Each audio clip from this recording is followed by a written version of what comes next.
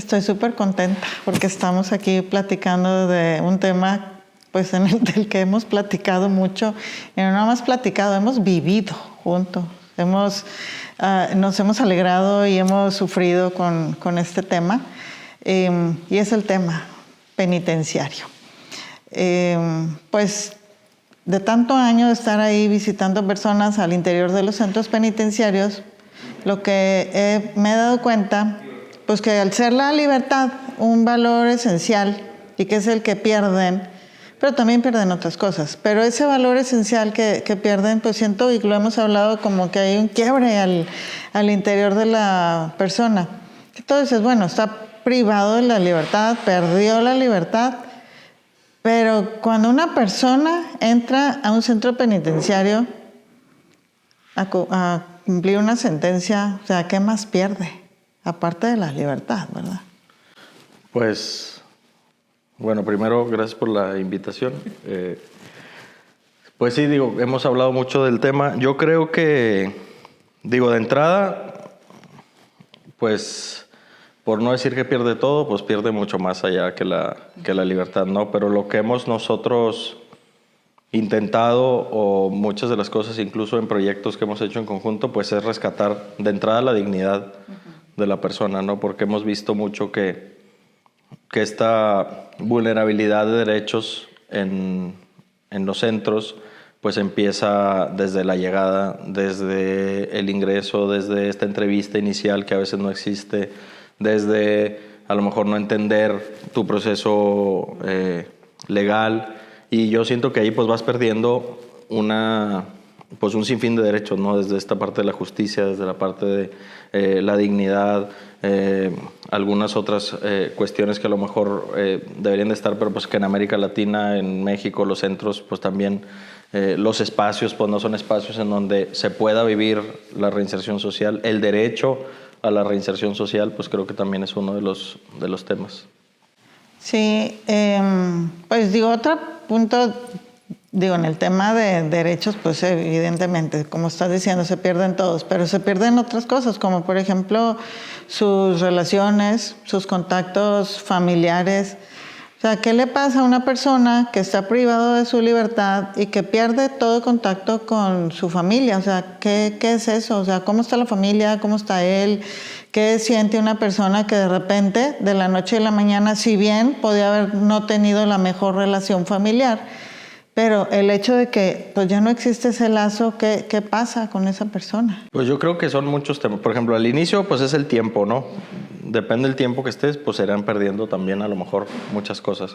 Pero por ejemplo, en el tema familiar, muchas, incluso con la gente que hemos acompañado, pues te dicen, ¿no? Mi familia viene todos los días y luego viene una vez cada 15 días y luego un mes y luego pues ya no viene, ¿no? Ese es un tema. Pero hemos también visto mucho que a pesar del tema de esta desvinculación a lo mejor con la sociedad, vamos a decirlo así, llámese familia, amigos, pareja y demás, pero también hay otros quiebres que se lograron hacer en esta parte. Yo no sé si es el encierro, no sé si es el tema de a lo mejor pues esta parte de perder la dignidad, esta parte a lo mejor hemos hablado mucho de que no vuelves a estar solo, no vuelves a tener el silencio, y entonces son muchas cosas que a la larga pues al final van rompiendo cierta estructura que a lo mejor uno tiene para ir, o herramientas que pudieras tener para salir adelante. Entonces sí hemos notado que al recuperar esta privación de la libertad,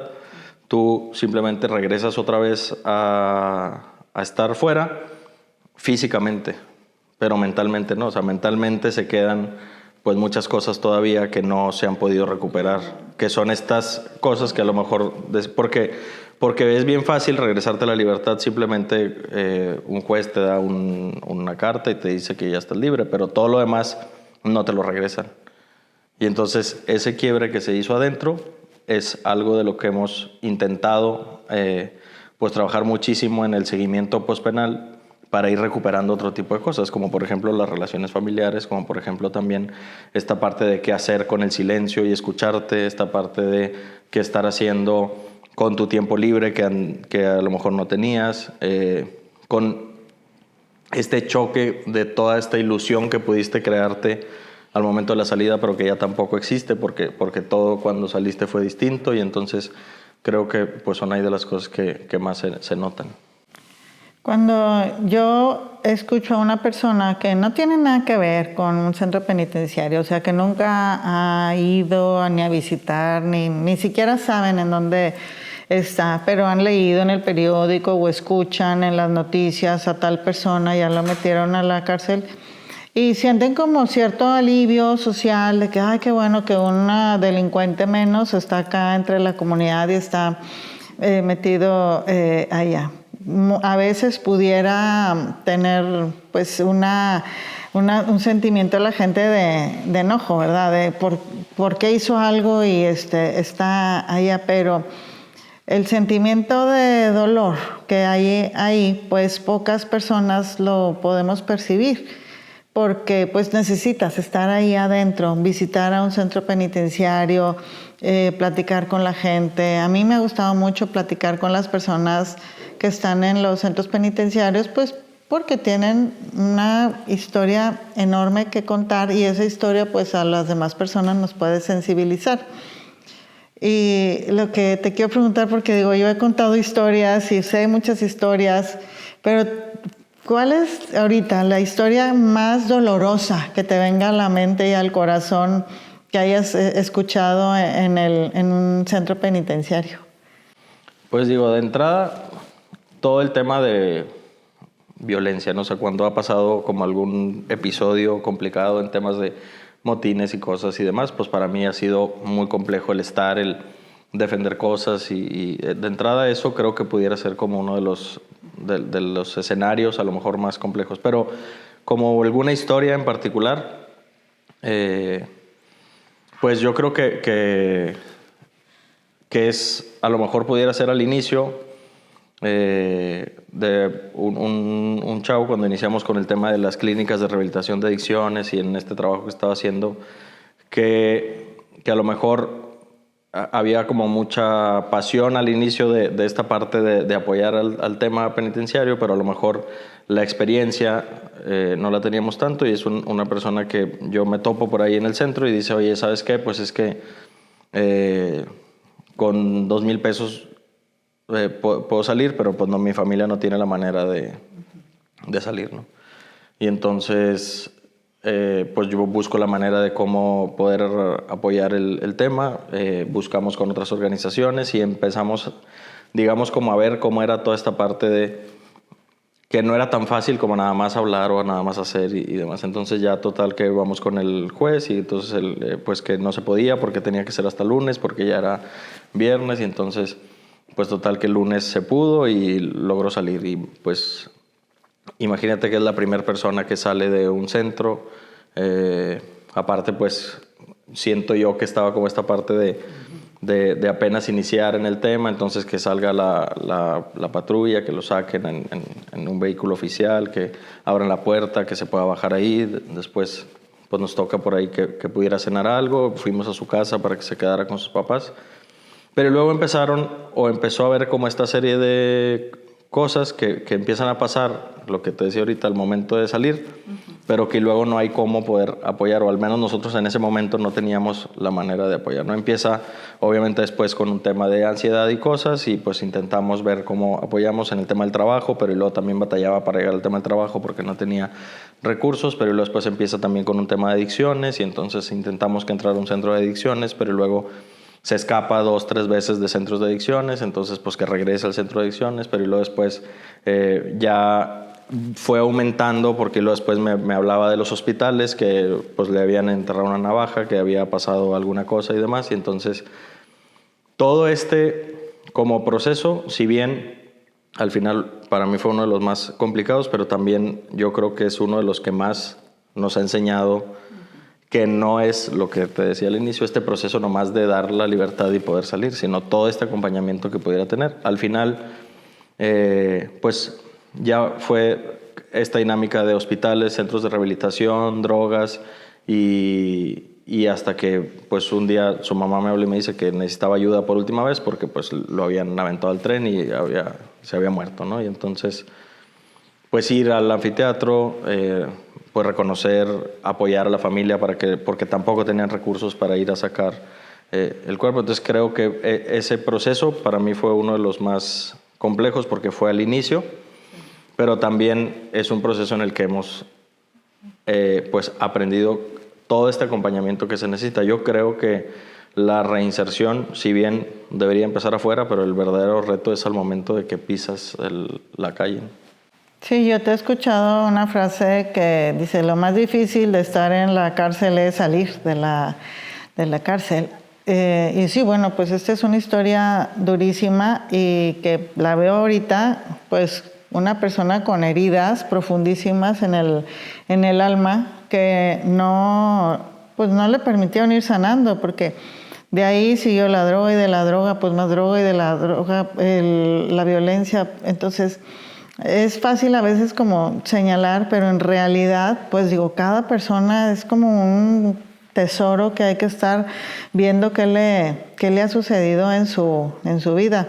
Yo tengo otra historia que tú me contaste que también a mí se me ha hecho dolorosísima.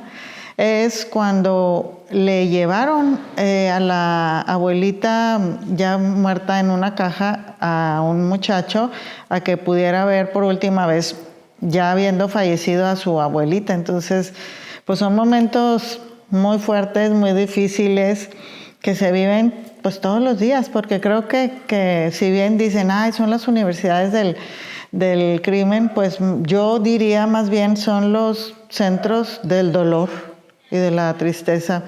Pero también hay algunos momentos de esperanza, ¿verdad? O sea, algunos, no muchos, pero sí hay. ¿Y cuál dirías tú? O sea, que te venga rápido ahí un momento, o sea, un caso, una historia de esperanza. Pues yo creo, pues sí nos ha tocado bastantes casos de éxito, pero siento que para mí los más esperanzadores son los que no nos ocupan.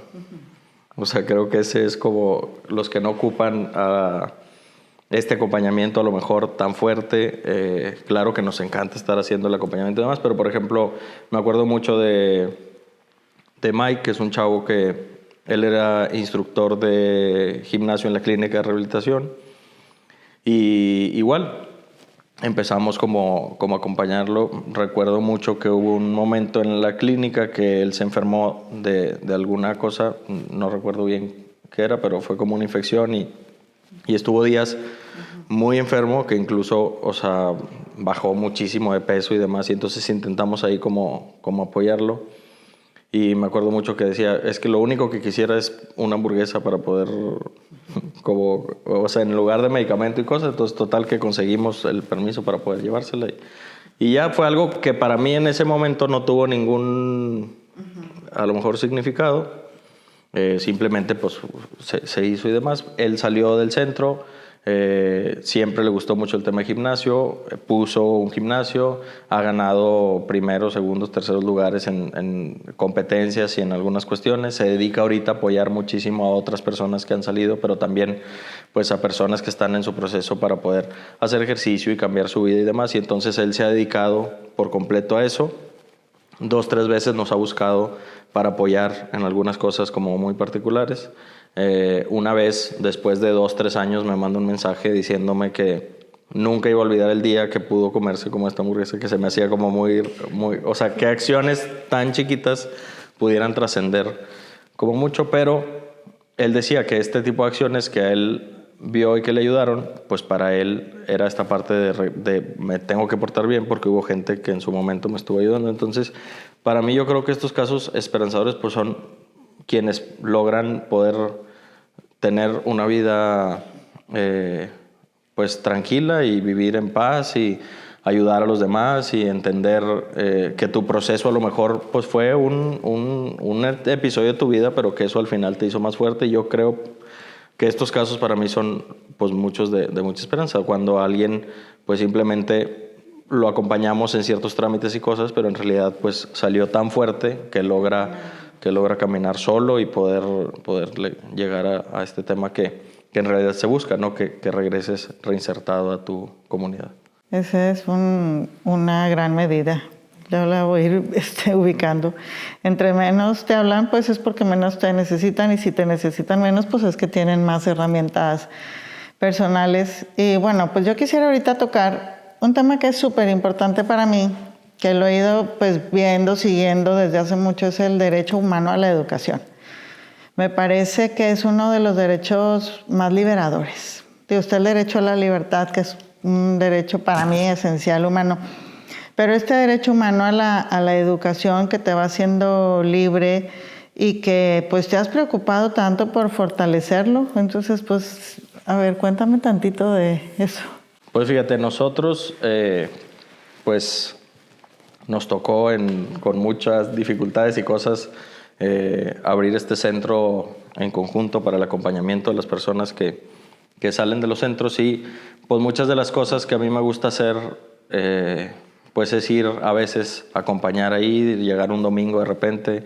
Recuerdo que había un día que estaba ahí como que hacía mucho frío y demás, y estábamos batallando mucho con los temas de la comida, porque había mucha gente, estaban alrededor de 15 o 16 por ahí en el centro, y entonces yo dije, oye, pues tengo que ir a enseñarles a hacer frijoles y hacer cosas, y pues para que, a lo mejor porque a veces, si no sabes hacerlo, pues comprar latas y cosas te sale mucho más caro. Entonces, pues en camino yo vi videos de YouTube de cosas que a lo mejor ni yo sabía hacer, y entonces pues llegamos a dar una clase de cocina, como en estas cosas, ¿no? Y ya estando ahí, pues yo a veces había cosas como muy sencillas que, no sé, por ejemplo, un cuarto de cebolla o medio no sé qué o tal tema, ¿no? Y era como que algo que para mí era como muy sencillo, que todo el mundo pudiera entender. Claro.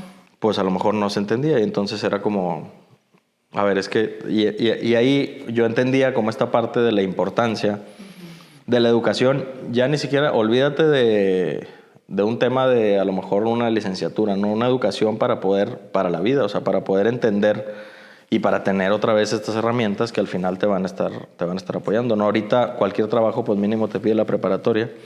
Entonces, desde que yo, pues me acuerdo que empecé como en estos temas sociales, el tema siempre ha sido la educación, buscar que la gente pueda aumentar su nivel educativo, que la gente pueda estudiar, y creo que esta parte que hemos logrado hacer en los centros, pues les ayuda más bien para la vida y para poder. Porque no es lo mismo que tú digas, estuve en un centro 3, 4, 5, 10, 15 años y no hice nada, porque al final pues muchos pudieran pasar, simplemente sentir que perdió el tiempo, a alguien que salga con una licenciatura y que diga, bueno, al menos afuera a lo mejor nunca lo hubiera hecho. Y entonces creo que pues brindar estas herramientas, ahorita estamos trabajando mucho en alfabetizar primero. O sea, nosotros tenemos la meta que en 2 años nadie que está en un centro penitenciario le falte la primaria y la secundaria. Entonces ahorita está trabajando mucho con ese proceso de iniciar en todos los rincones ahí de los centros primaria y secundaria, para poder después avanzar en el tema de preparatoria. Ahorita hay muchísimas opciones de preparatoria, las universidades están muy dispuestas a brindar todo esto. El COVID nos dejó como todos estos programas educativos en línea que se pudieran estar estableciendo en los centros, y creo que si bien es un proceso educativo y formativo, pero sobre todo creo que lo que les ayuda es a salir primero seguros de que pueden lograr algo, a darles herramientas para la vida cotidiana, y pues por eso es como esta importancia de implementar la educación formal en los centros penitenciarios. Wow, excelente. Pues ya para ir terminando este diálogo que me ha parecido tan bonito, tan cálido, esperanzador. Si tú te paras enfrente de un centro penitenciario, como los que hemos visto, y traes una varita mágica y puedes quitar o agregar lo que sea, ¿cómo usarías esa varita mágica enfrente así? Pues primero, pues lo que o sea, yo es algo que siempre he dicho y he peleado mucho, el tema de que los centros sean, o sea, que los espacios sean centros de reinserción social. Que sean espacios formativos, que sean espacios que acompañen, que sean espacios que al final, si bien las circunstancias te pudieron llevar ahí, pero bueno, que sean estos espacios donde la gente pueda transformar su vida y salir mejor de cómo entró al espacio, ¿no? De entrada es eso. La otra cosa es que nosotros creemos, y es algo que hemos trabajado muchísimo, en que no puede existir la reinserción en espacios que no son dignos.